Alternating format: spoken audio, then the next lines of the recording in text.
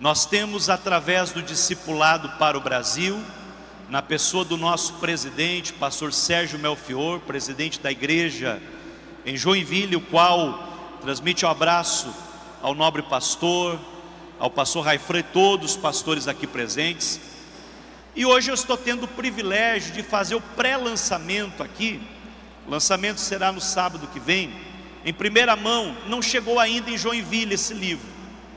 Eu peguei o voo em Curitiba e lá alguém me entregou ontem de madrugada para eu poder trazer aqui o manual de evangelização e discipulado em Libras, compartilhando o amor de Deus na língua brasileira de sinais.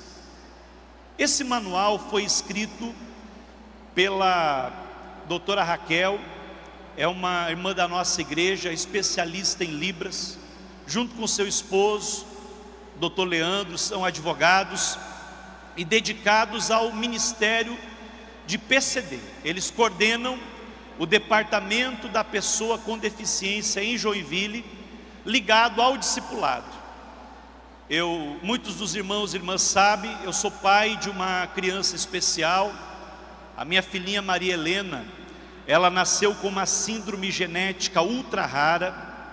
Há 7 anos, quando eu estive aqui, nós tínhamos recém recebido o diagnóstico dessa doença, e os irmãos aqui oraram por ela. Eu quero agradecer quem estava naquela conferência de discipulado em 2018, porque a oração de vocês foi ouvida para a honra e glória do nome de Jesus. A minha filha Maria Helena hoje tem 10 para 11 anos. Ela ainda não fala, porque essa síndrome ultra rara, são menos de 300 casos no mundo. As crianças são não verbais, mas nesse tempo Deus vem desenvolvendo a inteligência da Maria Helena, e hoje ela se comunica através do tablet, e ela aperta no tablet o que ela quer, e a gente consegue hoje ter uma comunicação com ela, comunicação alternativa. Maria Helena também, ela não caminha, ela treina, faz fisioterapia 3 vezes por semana, mas ainda não caminha. Então ela usa cadeira de rodas, mas está se fortalecendo bastante. Hoje Maria Helena, ela não mastiga ainda, não conseguiu aprender a mastigar, mas ela já come sozinha, né? Então isso é um milagre que nós atribuímos toda a honra, toda a glória ao nome do Senhor Jesus. E ela ainda usa fraldas, mas hoje, devido à comunicação, ela já pede para ir ao banheiro. Então parece que são pequenas coisas, mas esses pequenos milagres, irmãos, você que trabalha com crianças, e hoje cada vez mais muitas crianças atípicas, cada passinho, cada pequena evolução que elas têm, nós comemoramos e celebramos para a honra e glória do nome do Senhor Jesus. E eu sei que na vida da Maria Helena é milagre. E aproveito para pedir oração, que em breve ela vai fazer uma cirurgia na coluna para corrigir cifose e escoliose. Eu peço que os irmãos orem por ela. Devido a esse envolvimento com essa área, então nosso presidente me colocou para supervisionar esse trabalho de pessoas com deficiência no campo. Eu ainda não aprendi Libras, confesso aos irmãos, e o manual vai ser para mim mesmo também aprender. Mas toda a parte bíblica e teológica do evangelismo e do discipulado com surdos, nós desenvolvemos. E a irmã Grace, ela tirou mais de 500 fotos, são 550 imagens dos movimentos, dos sinais, desde quem não sabe Libras, o ABC, os tempos, as palavras icônicas, e até chegar na Libras bíblica. Então, com todos os personagens do Antigo Testamento, Novo Testamento, como apresentar o plano da salvação para o surdo, como levar o surdo a aceitar Jesus, fazer o apelo. E depois, e mais importante, o nosso manual de discipulado está aqui completo, a lição Conhecendo o Amor de Deus em Libras. E tudo isso que está em Libras tem os QR Codes para você assistir o vídeo explicativo. Então, se você não sabe ainda e quer aprender um novo idioma, que é Libras, você deve adquirir esse manual.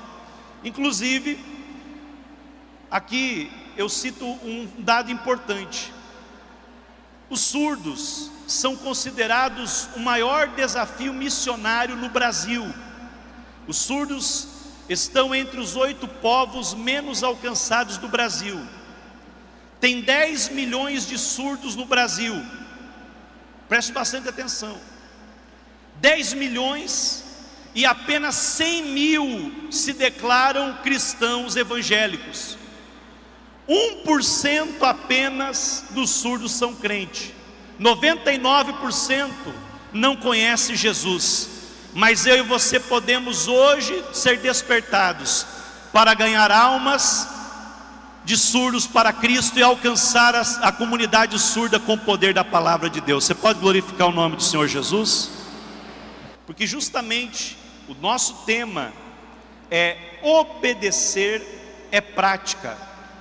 O discipulado como estratégia para uma vida de obediência. E na apostila mesmo, quem não tem a apostila pode abrir a sua Bíblia, Mateus 28, do 18 ao 20. Nosso pastor Raifran já citou esse texto, mas eu quero citá-lo aqui na Nova Almeida Atualizada. Nós usamos liturgicamente a Bíblia na versão Almeida Revista e Corrigida. E nesse texto especificamente, João Ferreira de Almeida, quando traduziu a Bíblia para o português, ele usou a palavra ensinai. Mas essa palavra no original é discipulai. Como não existia o verbo discipulado e nem a palavra discipulado em português no século XVIII, ele usou o que mais se aproximava, que é ensinai. Mas agora nessa nova versão, que foi adaptado para o nosso tempo, então está mais próximo do original. E nós vamos ler o texto que está ali, texto bíblico, a partir da palavra Jesus, no 3. 1, 2, 3. Jesus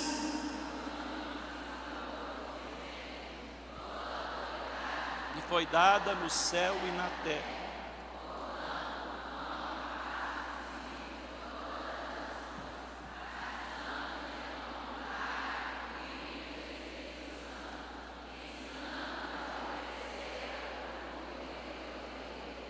E eis que estou com vocês todos os dias até o fim dos tempos.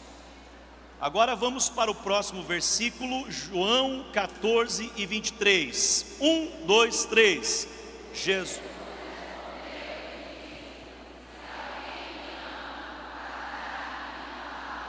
O meu Pai o amará e viremos. Amém. Se assente glorificando e bendizendo ao nome do Senhor Jesus. Nós já ouvimos aqui, nesta manhã, uma explicação do nosso cremos, muito bem feita pelo pastor Raifran, que trata das doutrinas que nós acreditamos, ensinamos e praticamos. E essas doutrinas, elas se traduzem para nós no dia a dia, na nossa prática da vida cristã, na obediência aos mandamentos e preceitos de Deus. E há uma ampliação dessa declaração de fé, aliás desse cremos, que é a nossa declaração de fé. E na nossa declaração de fé, são 16 capítulos também, se não me foge a memória, 26, desculpe. Ele amplia esses conceitos doutrinários. E eu quero dizer para os irmãos que na nossa igreja Assembleia de Deus sempre foi praticado o discipulado, desde os primórdios. Você concorda com isso? Amém? Desde os primórdios da Assembleia de Deus, o discipulado foi praticado. Daniel Berg e Gunnar Wing vieram ao Brasil, incendiados pelo Espírito Santo. E aqui, quando iniciou a Assembleia de Deus, eles pregaram o Evangelho, mas ensinaram a palavra de Deus àqueles que eram convertidos.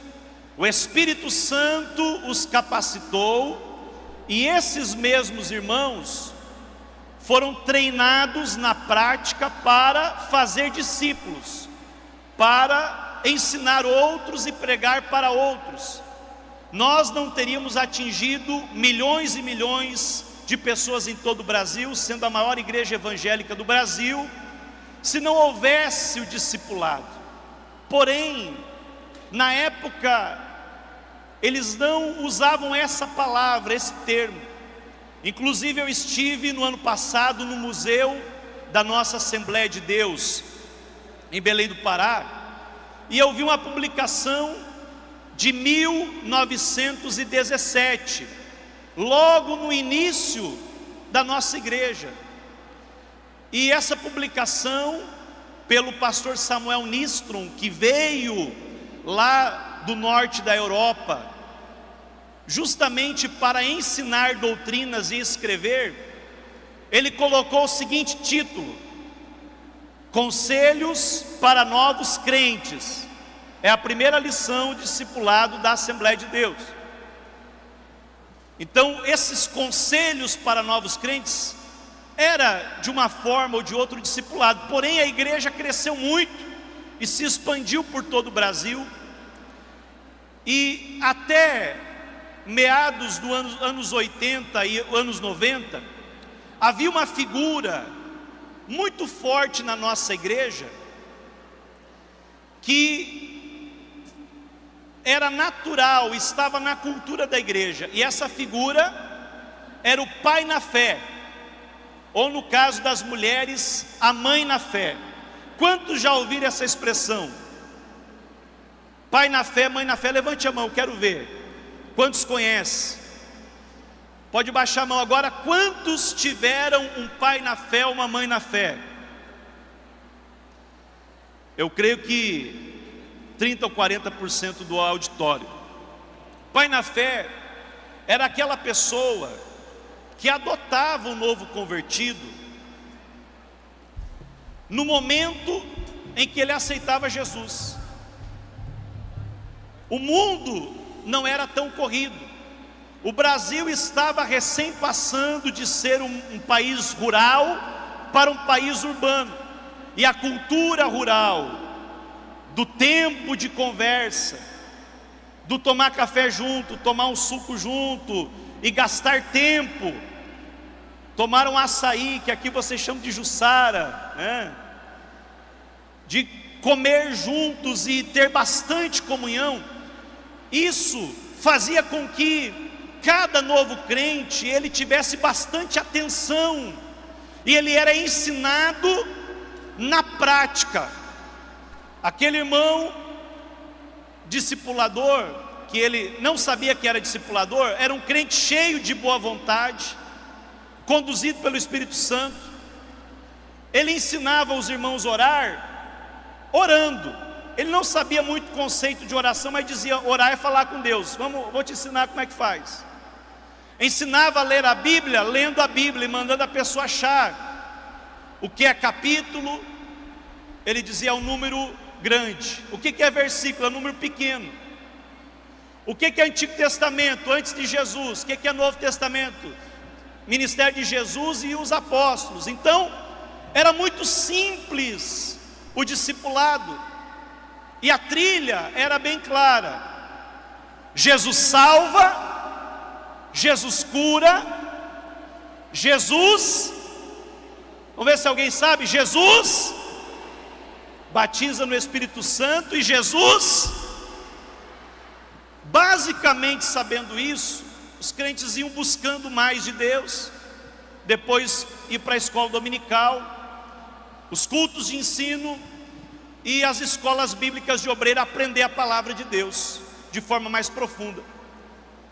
Mas nós, irmãos, passamos por um fenômeno nos anos 2000 em diante, de um crescimento da igreja. E esse crescimento, com as bênçãos que trouxe alguns problemas, porque todo crescimento gera dores. Repita comigo: todo crescimento gera dores. Lá na igreja primitiva, quando a igreja cresceu, algumas viúvas foram negligenciadas na distribuição dos alimentos, e gerou murmuração, uma dor na vida daquelas irmãs. E a igreja precisou fazer o quê? Se estruturar. Orou a Deus, e o Espírito Santo disse: vamos colocar escolham 7 diáconos. Pedro criou uma nova estrutura, dirigido pelo Espírito Santo. Um novo departamento, agora tem a diaconia. E o crescimento da nossa igreja obrigou-nos a criar os departamentos. E com a departamentalização, aumentaram os eventos. E com o aumento dos departamentos, dos eventos, o mundo também ficou mais globalizado. O mundo também teve o advento da internet, e recentemente das mídias sociais, e mais recentemente da inteligência artificial. E isso fez com que as pessoas ficassem sobrecarregadas em seu tempo. E aquilo que era espontâneo, que era natural, aquilo que os irmãos faziam de forma espontânea porque alguém fez com eles, passou cada vez mais a deixar de ser feito. E o discipulado, ele foi levado para uma classe da escola dominical. E na maioria dos lugares, ainda hoje, no Brasil e no mundo, o discipulado é só um curso pré-batismo, é só preparar a pessoa para descer as águas, ou só uma aula, um tempo que aquela pessoa tem que ficar lá na escola bíblica para ir para uma determinada classe na igreja, na escola bíblica dominical. Porém, meus irmãos, o discipulado de Jesus, ele é muito mais do que isso. E eu quero que você entenda o que é o discipulado. O discipulado, ele não é apenas um curso, ele não é apenas uma revista que você vai ministrar para a criança. A revista faz parte do processo. O discipulado não é só uma estratégia, embora ele tenha estratégias, mas o discipulado, ele é um processo, e esse processo, ele precisa ser intencional. Repita essa palavra comigo: intencional. Mais alto, só para eu saber que você está comigo, grite. Agora anote essa palavra na tua apostila, porque essa palavra é a chave de tudo hoje. Anote aí: intencional.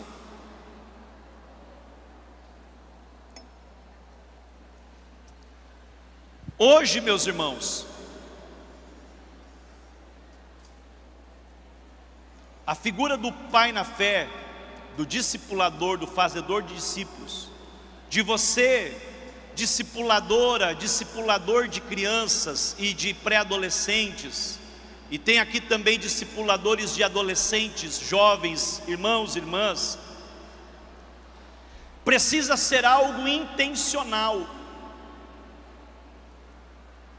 Aquilo que era espontâneo não funciona mais. Por quê? Porque o mundo mudou, e as estruturas da igreja, as estruturas também do mundo mudaram. Para hoje você conseguir tirar tempo para dar atenção para alguém, para ensinar alguém, você precisa fazer algo intencional, você precisa agendar, você precisa se programar, você precisa criar um plano de como você vai acompanhar essa pessoa. Uma vez por semana de encontro, de estudo, outra vez na semana um encontro mais informal para compartilhamento, para mentoria, como vocês gostam muito da palavra e do trabalho da mentoria. Momentos em que você vai de forma intencional avaliar o crescimento espiritual dessa criança ou desse pré-adolescente e desse adolescente. Então o discipulado, ele é um processo, e esse processo tem várias fases e etapas que você precisa acompanhar. Além disso, o discipulado é um relacionamento saudável, é um relacionamento comprometido e é um relacionamento pessoal.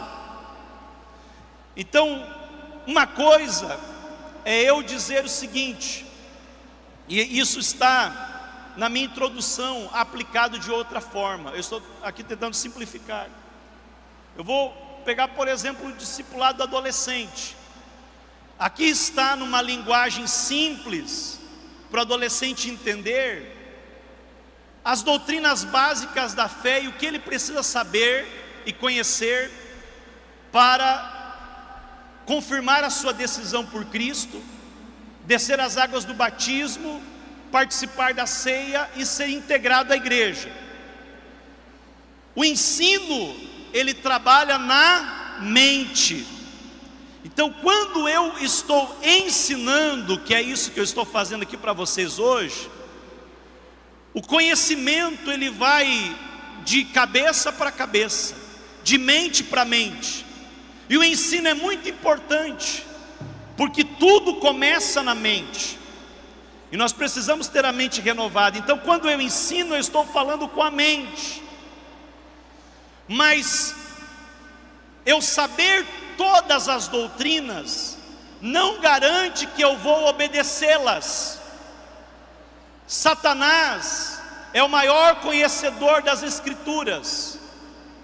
Leia a Bíblia e você vai saber disso. Mas ele não obedece. Tiago diz que os demônios até creem que Deus existe, estremecem, mas não obedecem.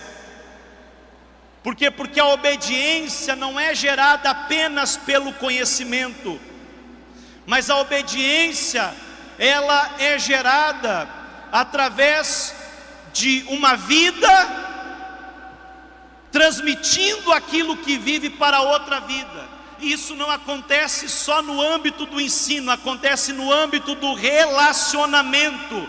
É você ser um modelo para as crianças seguirem, para obedecerem à palavra de Deus. Quem está entendendo, dá um glória a Jesus. Aleluia. Então não é só instrução pedagógica. É claro que o conhecimento, entrando na mente, ele desce para o coração quando nós damos espaço para a atuação do Espírito Santo.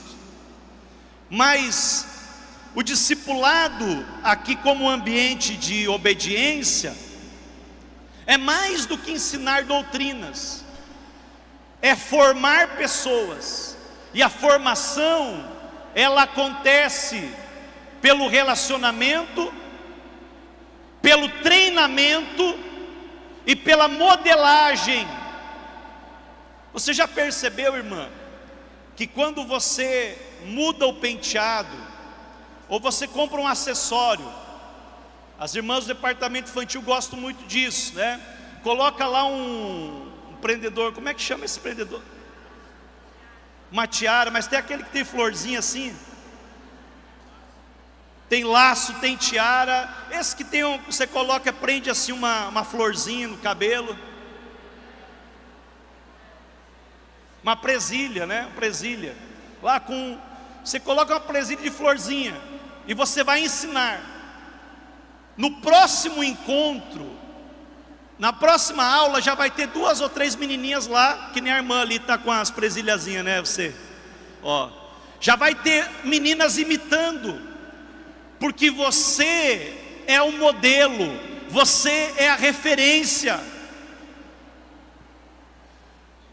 E isso não é só aparência. As crianças, para aprenderem a obedecer, e não só crianças, estamos falando de todas as faixas etárias, elas precisam de um modelo claro, de uma referência. Ele pode até entender que precisa obedecer, mas ele precisa ver isso na prática, porque as palavras, alguém já dizia que as palavras convencem, mas é o exemplo que arrasta. E Jesus, ele usou uma metodologia para gerar obediência em nós, e essa metodologia se chama discipulado. Imagine você, que Jesus tinha apenas 3 anos de ministério aproximadamente. Ele usou a menor parte desse tempo com as multidões. Jesus curou, pregou o evangelho, curou os enfermos, expulsou os demônios, e tudo isso ele fez para manifestar o reino de Deus. Quando ele pregava, expulsava demônios, ensinava, multiplicava pães e peixes, a mensagem era: o reino de Deus é chegado entre vós. Essa é uma expressão do reino de Deus. Quando ele ensinou sobre a oração, ele disse: venha o teu reino e seja feita a tua vontade, assim na terra como é feita no céu. No céu, o reino de Deus é perfeito. No céu não tem doenças, no céu não tem problemas, não tem escassez. Então, quando Jesus manifestava o reino de Deus, o governo de Deus, ele dizia, em outras palavras: no céu vai ser assim, não vai mais existir leproso, o leproso seja purificado, não vai mais existir coxo, coxo você vai andar. Lá no céu todos seremos perfeitos. Se Jesus não fizer um milagre aqui na terra, na vida da minha filha, lá no céu eu vou poder ouvir ela falando, ela expressando o seu sentimento, aquilo que está na mente dela, porque lá no céu ela vai andar, ela vai caminhar, ela vai correr. Lá no céu ela vai ter todas as expressões, e ela vai dizer: eu tenho certeza disso, obrigado papai, obrigado mamãe por me amar na terra, e por dedicar tempo para mim. Glória a Jesus, obrigado por cuidar de mim. No céu não existe essa dificuldade. Quando Jesus expressava isso, ele estava manifestando o reino e atraindo seguidores, mas ele sabia que esses seguidores, por si só, eles queriam pão, peixe e milagre. Então Jesus, para que o evangelho chegasse até nós, essa mensagem poderosa de transformação, de libertação, de que o reino de Deus é chegado, ele formou discípulos, e pelo menos 2/3 do seu ministério ele gastou com 12 homens, ensinando, primeiro na prática a obedecer, e depois então ele instruía sobre aquilo que ele havia praticado. Até uma boa parte do seu ministério, Jesus não ensinou sobre oração, mas Jesus todos os dias pela madrugada ele saía para orar. Algumas vezes os discípulos o viram passar a noite orando. Várias vezes eles se deparavam com Jesus na oração, até que um momento houve a curiosidade, e eles disseram: mestre, ensina-nos a orar. Ele já tinha um modelo, exemplo da obediência. Então, queridos, parece que não era intencional, mas tudo que Jesus fez foi intencional, para formar discípulos. E ele formou esses discípulos durante um tempo de aproximadamente 18 meses. Ele foi morto, ressuscitou, e durante 40 dias deu instruções, mas antes de ascender o céu, esse texto que nós lemos, Jesus, ele recebeu toda a autoridade nos céus e na terra, e disse a eles: portanto, vão e façam discípulos de todas as nações, batizando-os em nome do Pai, do Filho e do Espírito Santo, e ensinando-os a obedecer tudo que eu lhes ordenei. Veja que o discipulado, ele trata tanto do ato de nós ganharmos almas e trazer as pessoas para a igreja, integrá-los à igreja, ensinar doutrina, batizar as pessoas em nome do Pai, do Filho e do Espírito Santo, e também falando das crianças, levá-los à decisão a Cristo e ao batismo quando ele tiver idade. Mas principalmente Jesus disse: ensine eles a obedecer o que eu mandei para vocês. Então a base do discipulado não é apenas ensinar, mas é formar pessoas que obedecem. Você pode falar todos os dias sobre oração, mas você precisa orar para ser um modelo para as crianças.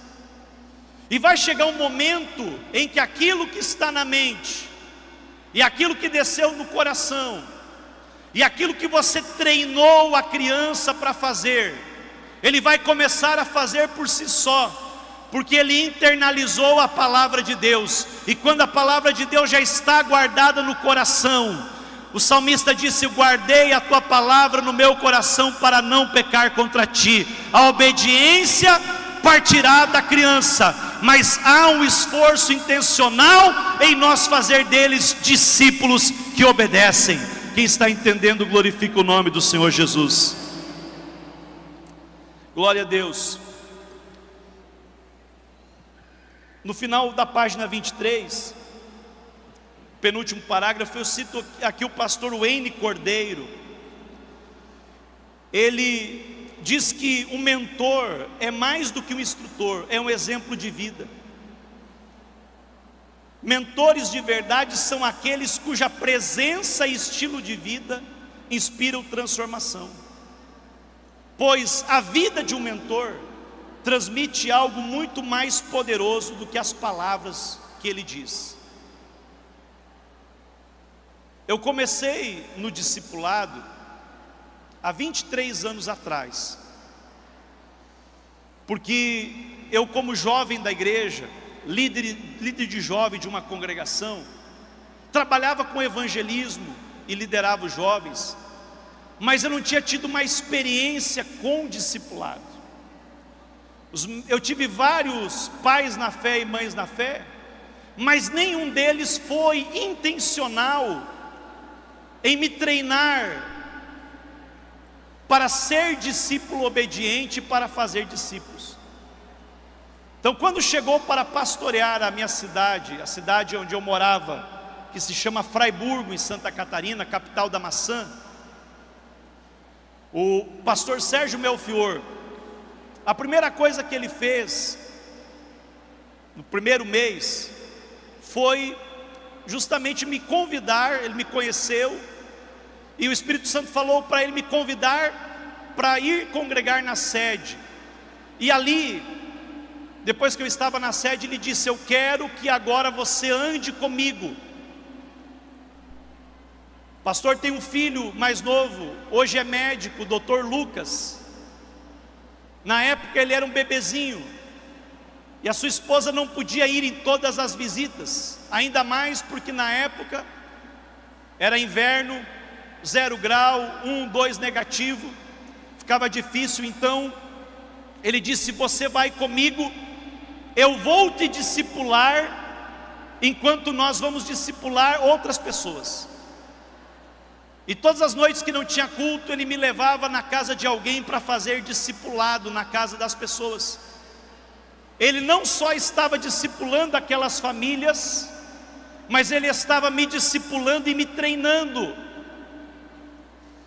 Depois de alguns meses de orientações e alinhamento diário, ele disse: agora você vai fazer o mesmo com outros jovens. E nós começamos um movimento com outros jovens, ensinando a obedecer a palavra de Deus, para ser exemplo, treinando para ensinar outros e fazer discípulos que faziam discípulos. Em pouco tempo, irmãos, em 4 anos e 8 meses, a igreja triplicou de 800 membros para 2.400 membros, para a glória do nome de Jesus. Você pode glorificar a Deus através de discípulos que fazem discípulos. A igreja era um templo pequenininho, assoalho de madeira, a igreja sede, bem pequenininha, que o porão da igreja alagava toda a chuva. Nós fomos para um templo grande, que se tornou o cartão postal da cidade, em 4 anos e pouco, para a glória e honra do nome do Senhor Jesus. Porque Deus produziu um avivamento. E essa cidade não só influenciou o mundo secular, como também a igreja influenciou o Estado. Depois fomos transferidos para outra cidade, Caçador, uma cidade maior. Em 4 anos a igreja dobrou, de 2.000 para 4.000 membros. O segredo, além, é claro que em primeiro lugar a oração, porque sem oração não há evangelismo, e sem evangelismo não há discipulado. Oração, evangelismo e discipulado intencional. Quando eu estou discipulando e quando eu discipulo pessoas, eu não estou só levando alguém que não conhece a Bíblia a conhecer mais a Bíblia. Você não está só ensinando crianças um pouco mais de conhecimento da palavra de Deus, não. Você está formando os futuros líderes da nação, os futuros líderes dessa geração. Você está formando as pessoas que vão discipular outros para a glória de Deus. E através dessa multiplicação é que o reino de Deus vai avançar.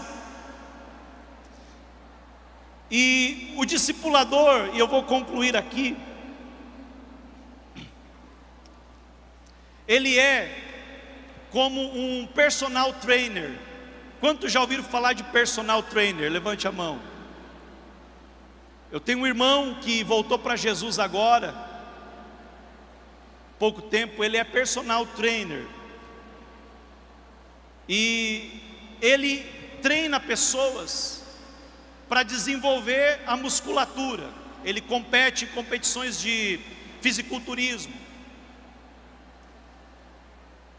E para ensinar e desenvolver essas pessoas, primeiro ele é um modelo, porque as pessoas que entram na academia dizem: o que eu faço para ficar igual você, todo musculoso assim? Ele disse: vamos começar com um plano. Começa levantando pouco peso. Só que esse peso, esse exercício, ele tem que ser feito da maneira correta, porque se for feito errado vai machucar. Esse exercício, ele precisa de um acompanhamento. O personal trainer, ele fica do lado ali, ajudando a pessoa com o peso. Ele não faz só o plano. O dono da academia, o educador físico, escreve um plano e deixa você fazer. O personal trainer não. Ele fica ali olhando os seus movimentos para ver se está certo.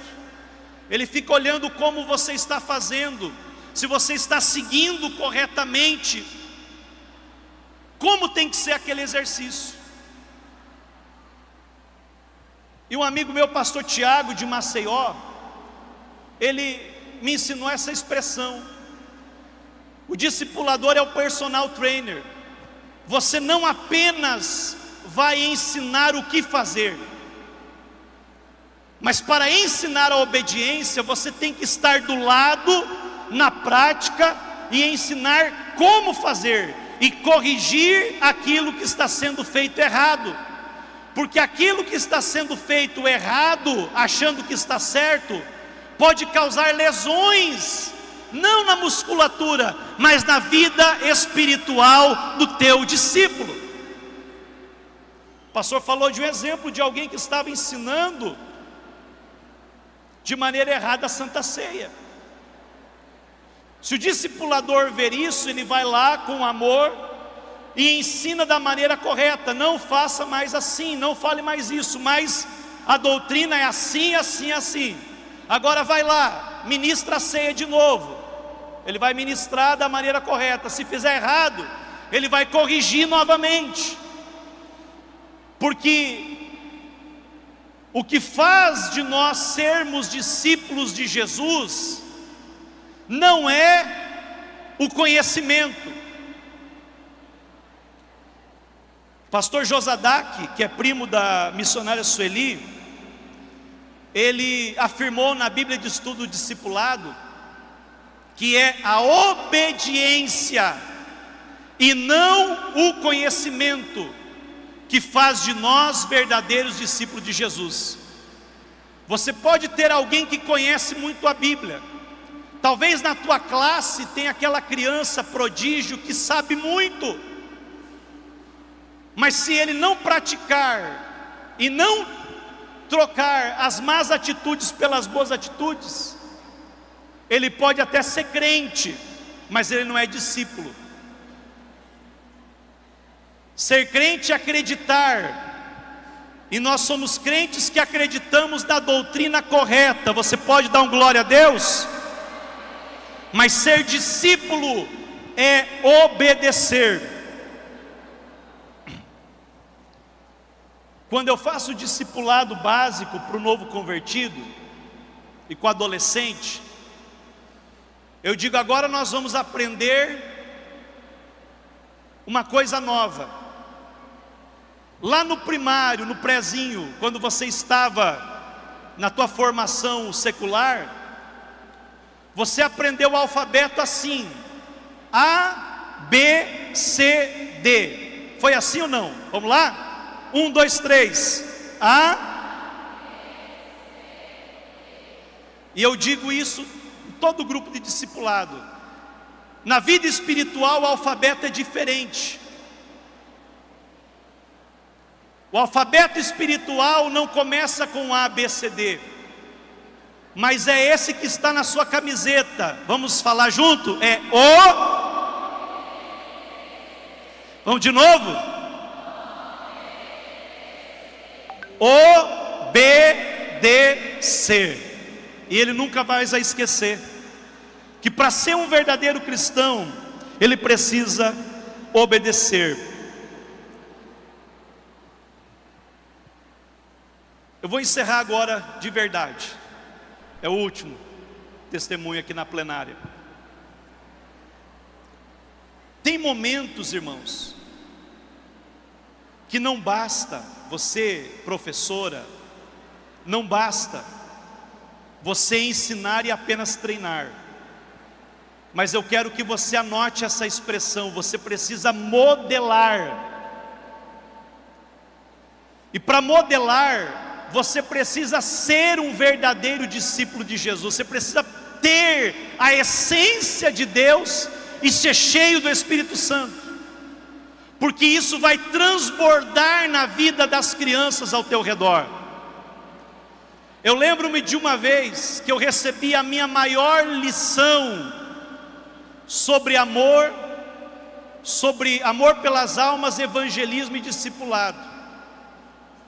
Eu era tesoureiro da igreja na cidade que a gente esteve antes de Joinville, se chama Caçador. E a igreja estava em construção, em reforma. E o pastor, nosso presidente, pastor Sérgio, que hoje é o meu pastor ainda em Joinville, ele era o secretário da convenção e viajava muito. E quando ele chegava na cidade, eu sempre tinha uma pilha de papéis para ele assinar. E o chefe da obra, pastor Levi, ele tinha sempre decisões para tomar da construção, que não podia ser por telefone, tinha que ser olhando para a obra. E o pastor chegou Eu lembro que era final de tarde, 6 horas, já começou a escurecer. E eu vi o carro dele, eu subi para o templo, e o pastor Levi subiu para o templo, e nós fomos para conversar com ele, e chegou um bêbado. E aquele bêbado era conhecido. E aí quando nós nos aproximamos dele, para meio que tentar enxotar o bêbado, ele fez uma cara feia de longe, fez assim. E nós ficamos lá 10 minutos, 20 minutos, 30 minutos, 1 hora, 1h30, 2 horas. E nós já estávamos entre nós, vou ser sincero, já estávamos amaldiçoando o bêbado. Eu estava dizendo, meu Deus, esse homem vem tirar tempo do pastor. Ele vai ter que viajar daqui 2 horas de novo, para ir para uma outra reunião, que era longe, lá no litoral do estado. E nós aqui cheio de coisa para resolver, e esse bêbado aí incomodando. No final, eu lembro que ele chamou nós para orar pelo bêbado. E aquele bêbado abraçou o pastor Sérgio, com lágrimas, beijou no seu rosto, aquele cheiro de cachaça, e disse: tu é o meu pastor, obrigado. E saiu. E aí o pastor olhou para nós e disse: que feio, 2 pastores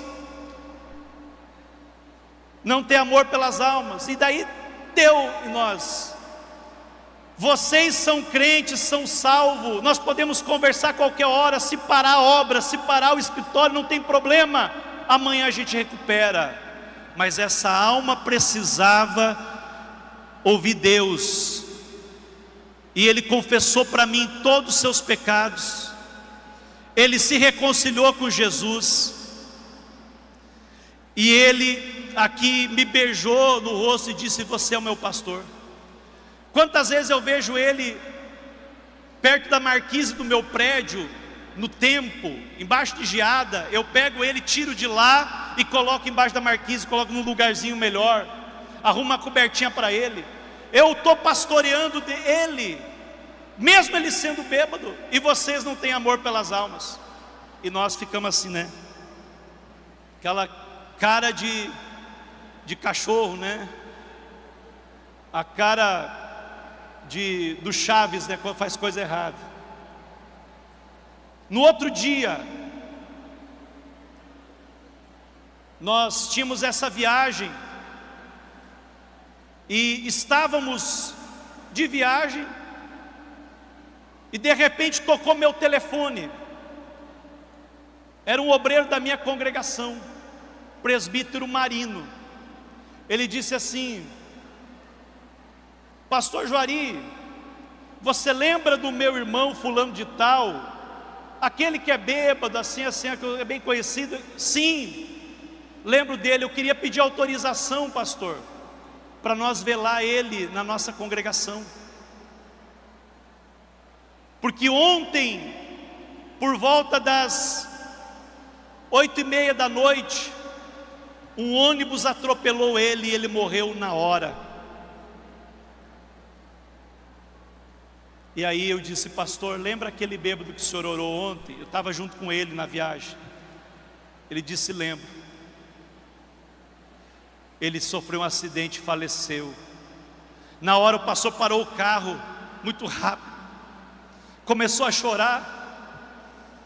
E aquilo para mim foi a maior lição na prática. E ele começou, disse: meu Deus, não pode. Começou a se lamentar de amor por aquela alma.